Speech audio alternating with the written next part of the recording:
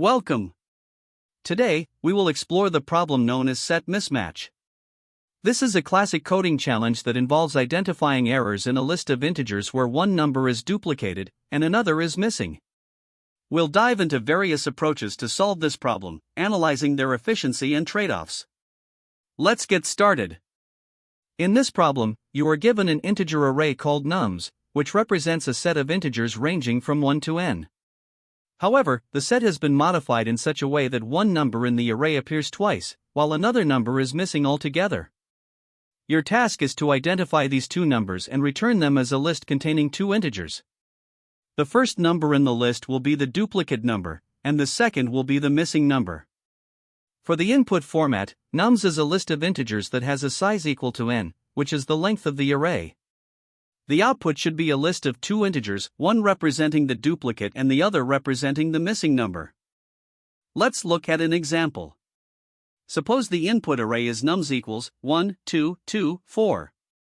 Here, the number 2 appears twice, and the number 3 is missing from the range 1, 2, 3, 4. So, the output for this input would be 2, 3, where 2 is the duplicate and 3 is the missing number. In another example, if the input is nums equals 1, 1, the number 1 appears twice, and 2 is missing from the range 1, 2.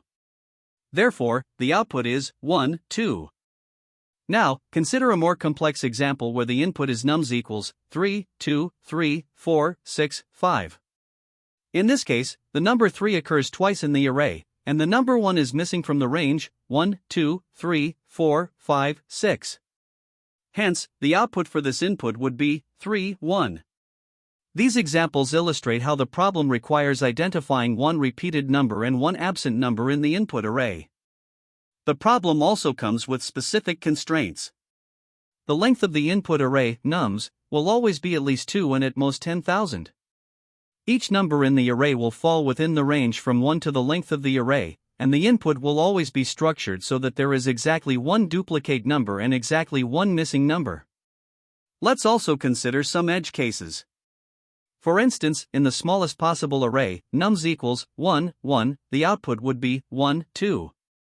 If the numbers are in reverse order, like nums equals 4, 3, 2, 2, the output would be 2, 1. Similarly, if the duplicate is at the beginning, such as nums equals 2, 2, 3, 4, the output is 2, 1. And if the duplicate is at the end, like nums equals 1, 2, 3, 3, the output is 3, 4. A correct solution should handle all of these cases effectively. To start, let's consider the brute force approach, which relies on checking the frequency of each number in the array. The intuition here is straightforward. If we count how many times each number appears, we can identify the duplicate as the number with a frequency of 2, and the missing number as the one with a frequency of 0. To implement this, we first create a frequency array of size n plus 1, initialized to 0. Then, as we iterate through the input array, we increment the count for each number in the frequency array. Once we've processed all the numbers, we scan through the frequency array to locate the duplicate and missing numbers based on their counts. While this approach is simple and achieves a linear time complexity of O(n), it requires additional space to store the frequency array, making it less optimal when considering space efficiency. Now let's examine the sorting-based approach, which leverages the idea that sorting the array aligns the numbers in increasing order. This alignment allows us to easily spot the duplicate number because it will appear consecutively, and the missing number because there will be a gap in the sequence of elements.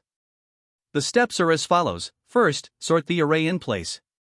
Then, iterate through the sorted array to find two key patterns, adjacent equal elements for the duplicate, and gaps in the sequence for the missing number. While this method improves space complexity to O(1), by performing the sort in place, its time complexity increases to O(n log n), due to the sorting step, which is slower than the optimal solutions. This trade-off makes it less desirable for larger input sizes. Another approach to consider is the mathematical method based on the sum and sum of squares formulas. The intuition here is that we can use the properties of arithmetic and quadratic sums to derive two equations. First, the sum of numbers from 1 to n can be calculated as n times n plus 1 divided by 2, and the sum of squares is n times n plus 1 times 2n plus 1 divided by 6. The discrepancies between these expected values and the actual sums from the input array reveal the differences caused by the duplicate and missing numbers. Specifically, the difference in sums gives the value of duplicate minus missing, while the difference in squared sums gives duplicate squared minus missing squared. By solving these two equations, we can determine the two numbers. This approach is efficient, with a linear time complexity and constant space usage, but it does require careful implementation to avoid overflow when handling large numbers. Next, we have the cyclic sort approach, which is the most optimal for this problem given the constraints. The key insight here is that the array should ideally contain numbers from 1 to n, with each number positioned at its correct index, that is, nums, I, should equal I plus 1. Any discrepancy between the number and its position indicates either a duplicate or a missing value. The process begins by rearranging the numbers in the array using cyclic sort, which places each number at its correct index. Once the array is sorted, we perform a final scan to identify the mismatched positions. The duplicate number is found where nums, I, is not equal to I plus 1, and the missing number is determined from the gap this mismatch creates. This approach achieves linear time complexity and constant space usage, making it both time and space optimal, though it may feel less intuitive for beginners. The chosen strategy for solving this problem is the cyclic sort approach, as it provides the best balance of efficiency in both time and space. With a time complexity of O(n) and space complexity of O(1), it directly addresses the problem constraints. The underlying observation that numbers should align with their indices guides the process, and any misalignment reveals the duplicate and missing values. Unlike the mathematical approach, this method avoids the risk of arithmetic overflow, and compared to the brute force and sorting-based strategies, it is faster and more space-efficient. While cyclic sort can be challenging to implement at first, its optimality and direct use of the input structure make it the preferred solution for this problem. To solve the set mismatch problem, we are given an array called nums of size n, where the elements range from 1 to n. However, one number in this array is duplicated, and another number is missing. Our goal is to identify both the missing and the duplicated numbers. One straightforward approach to tackle this is by using a frequency array to count how many times each number appears. The intuition is simple: the duplicated number will have a frequency of 2 since it appears twice, and the missing number will have a frequency of 0 since it doesn't appear at all. To implement this, we first initialize a frequency array called frequency, which is of size n plus 1 and is initialized to zeros. The reason we use n plus 1 is to make it easier to directly map the indices of the array to the numbers from 1 to n without needing any adjustments for zero-based indexing. Once the frequency array is initialized, the next step is to populate it by counting the occurrences of each number in the input array nums.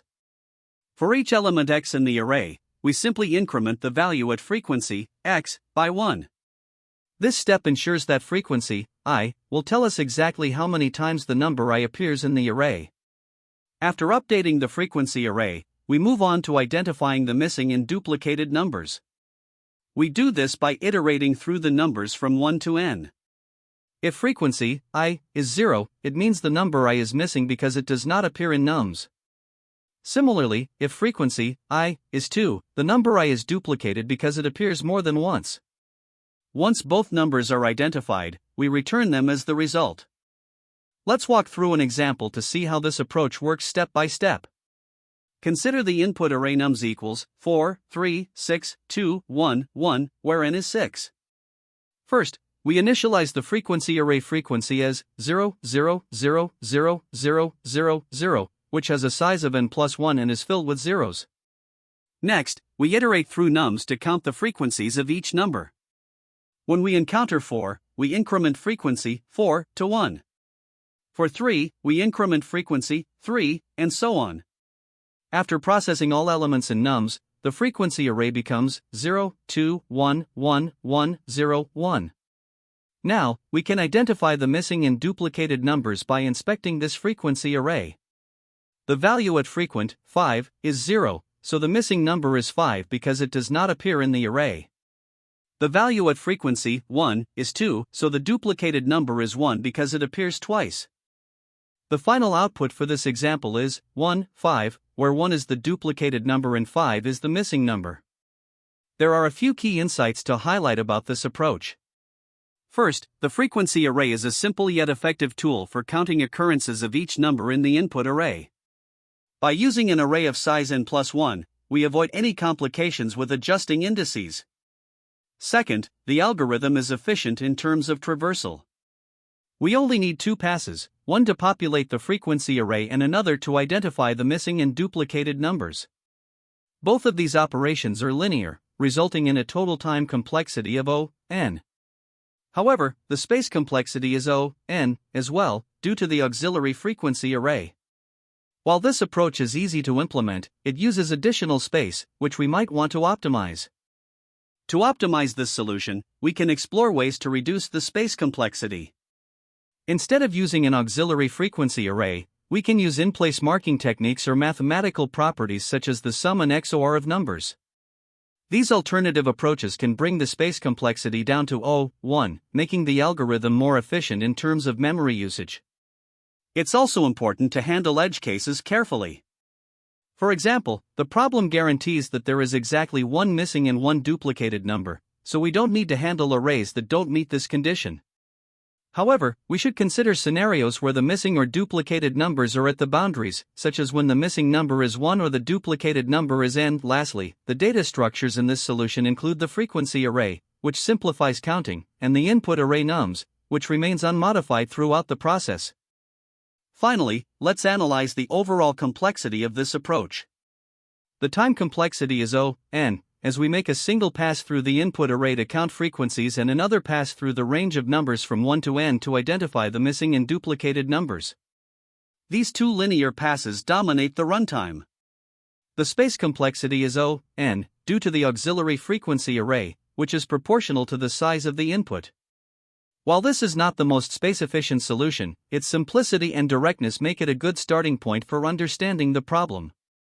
By exploring optimizations, we can further refine the algorithm to achieve the same results with reduced memory usage.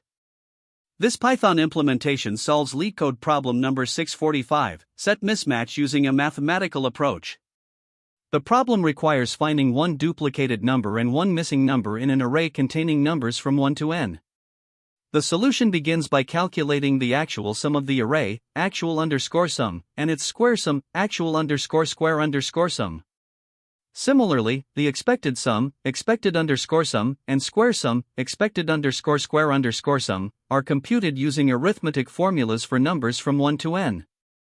The sum_diff is derived as the difference between the expected and actual sums, representing the difference between the missing number and the duplicate, missing duplicate. Similarly, square_sum_diff calculates the difference in square sums, representing the difference between the squares of the missing and duplicate numbers, missing_2 duplicate_2. Using these differences, we solve a simple system of equations to find the missing and duplicate numbers. The missing number can be calculated as sum_diff plus square_sum_diff /sum_diff /2, and the duplicate number is derived as missing sum_diff. This approach is efficient and runs in O(n) time with O(1) space, making it suitable for large inputs. The solution handles all edge cases, including arrays with minimal or maximal values, and ensures correctness by leveraging mathematical properties of sums and differences.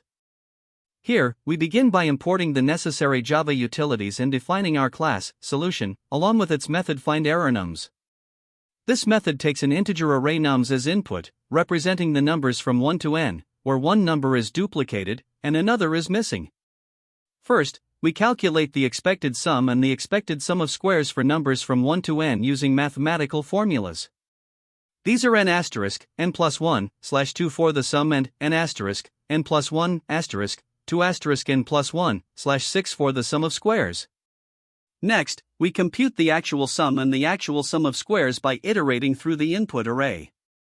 For each number in nums, we add its value to actual sum and its square to actual square sum. With these values, we calculate the differences. The first difference, sum difference, is the difference between the expected sum and the actual sum, representing missing duplicate.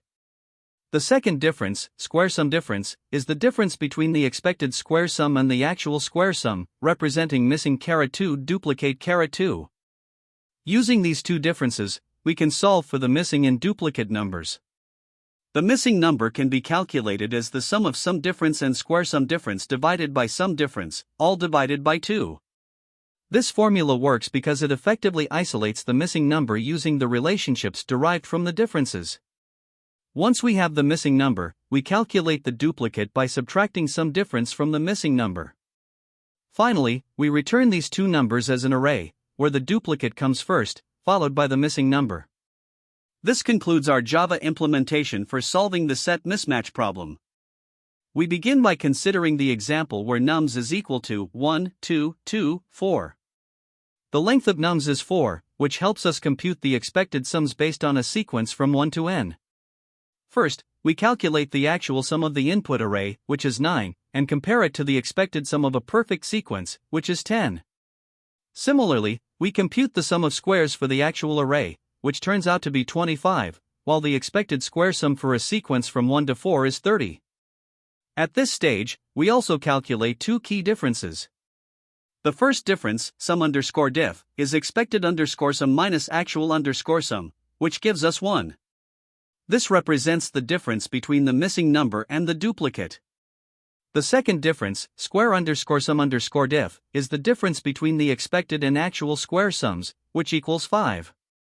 This represents the difference between the squares of the missing and duplicate numbers. Now, we use the differences we calculated to solve for the missing and duplicate numbers. By dividing square_sum_diff by sum_diff, we find that the sum of the missing and duplicate numbers is 5. Since sum_diff directly represents the difference between the missing and duplicate numbers, we now have two equations, missing plus duplicate equals 5, and missing minus duplicate equals 1. Solving this system of equations, we determine that the missing number is 3 and the duplicate is 2. Therefore, the final output for this example is 2, 3. In the next example, where nums equals 1, 1, we again start by initializing variables. The length of nums is 2, which means the expected sum of a perfect sequence is 3, and the expected square sum is 5. Calculating the actual sum of the input array gives 2, and the actual square sum equals 2 as well. The differences are then computed, sum_diff, which is the expected sum minus the actual sum, equals 1, and square_sum_diff, the expected square sum minus the actual square sum, equals 3. These differences will again allow us to deduce the missing and duplicate numbers. Using the calculated differences, we solve for the missing and duplicate numbers. Here, dividing square_sum_diff by sum_diff gives us the sum of the missing and duplicate numbers, which is 3. Since sum_diff is already given as 1, we once again have a system of two equations, missing plus duplicate equals 3, and missing minus duplicate equals 1. Solving these equations, we find that the missing number is 2 and the duplicate is 1. Thus, the final output for this example is 1, 2. Now, consider the case where nums equals 3, 2, 3, 4, 5. The length of nums is 5, and based on this, the expected sum of the sequence is 15, while the expected square sum is 55. Calculating the actual sum of the input array gives us 17, and the actual square sum equals 63.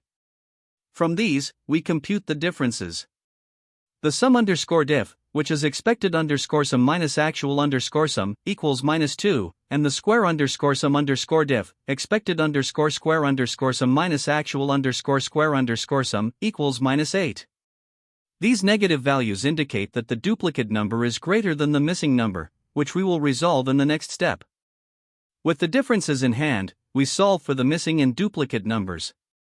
Dividing square_sum_diff by sum_diff yields 4, which represents the sum of the missing and duplicate numbers. Since sum_diff is -2, we again form two equations, missing plus duplicate equals 4, and missing minus duplicate equals -2. Solving these equations, we determine that the missing number is 1 and the duplicate is 3. Therefore, the final output for this example is 3, 1. In analyzing the time complexity of this solution, we start by considering the operations involved.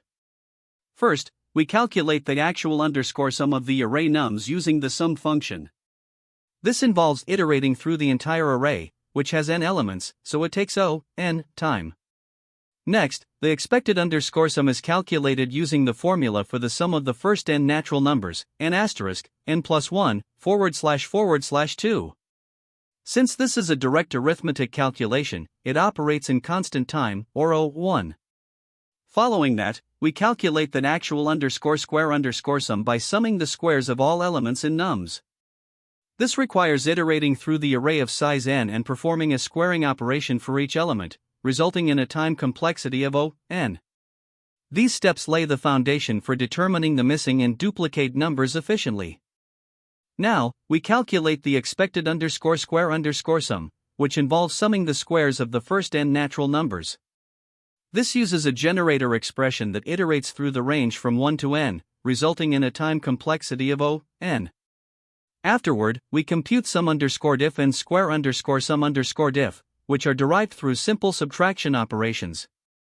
These are constant time operations, or O1. To find the missing and duplicate numbers, we use arithmetic formulas involving these differences. The calculations for these involve only constant time operations, making them O1.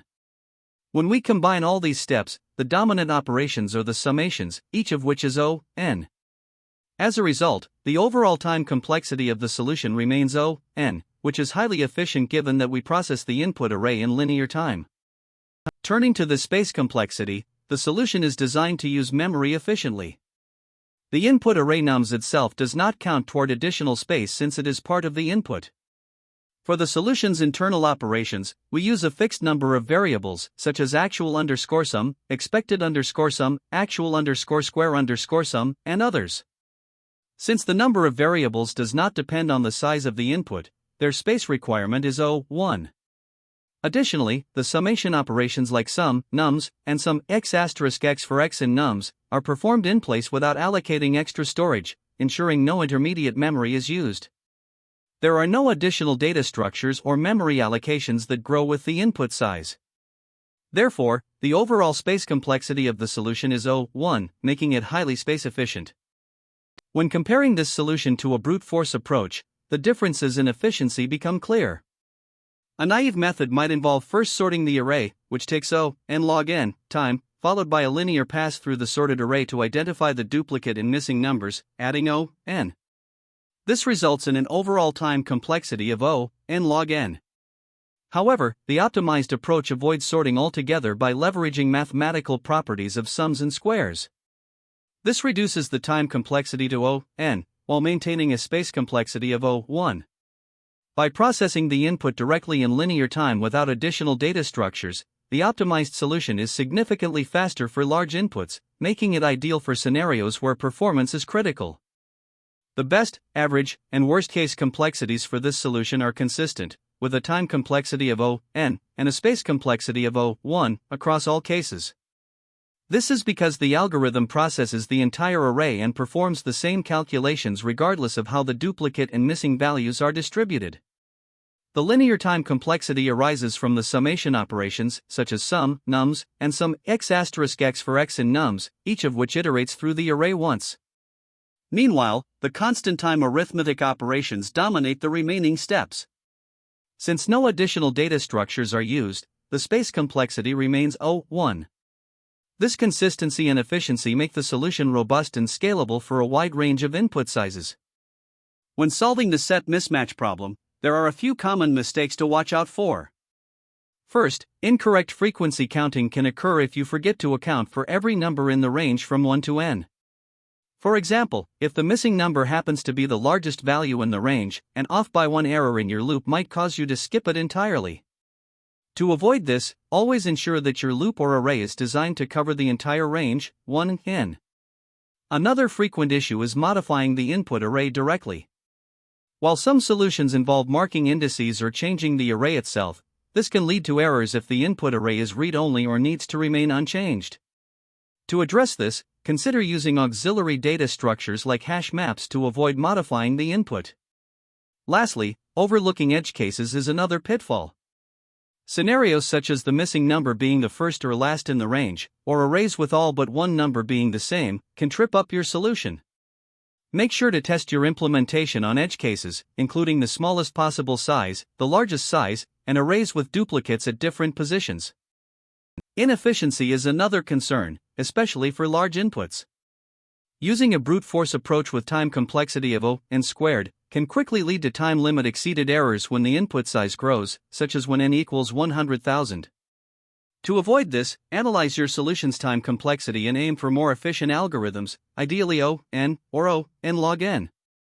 Another mistake to avoid is incorrectly handling duplicate detection.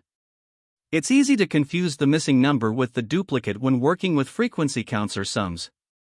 To prevent this, make sure your logic for identifying duplicates is clearly distinct from the logic for finding the missing number.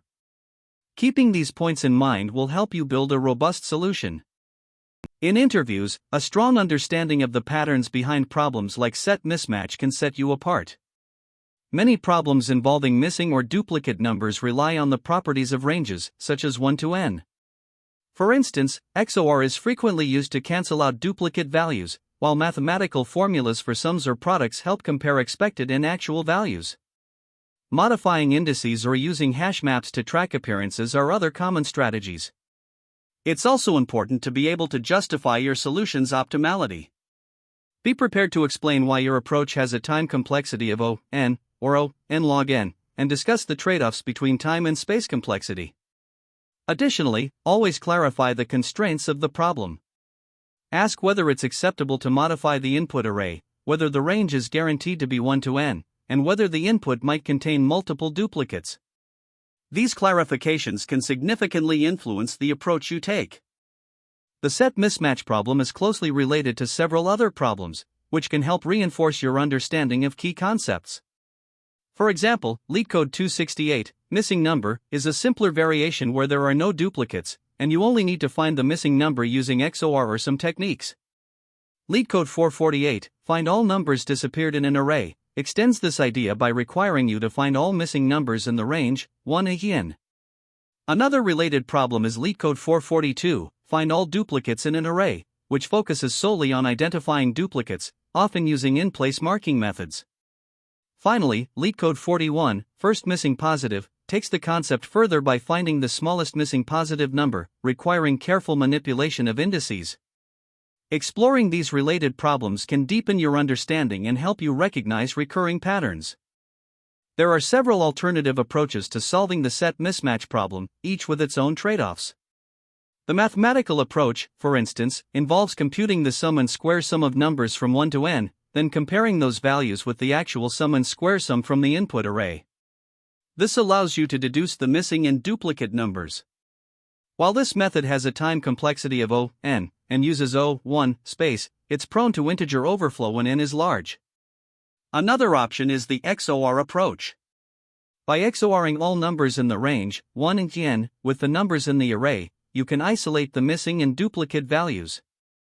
This method also runs in n time and 1 space, but it requires a solid understanding of XOR properties, which can be tricky for some.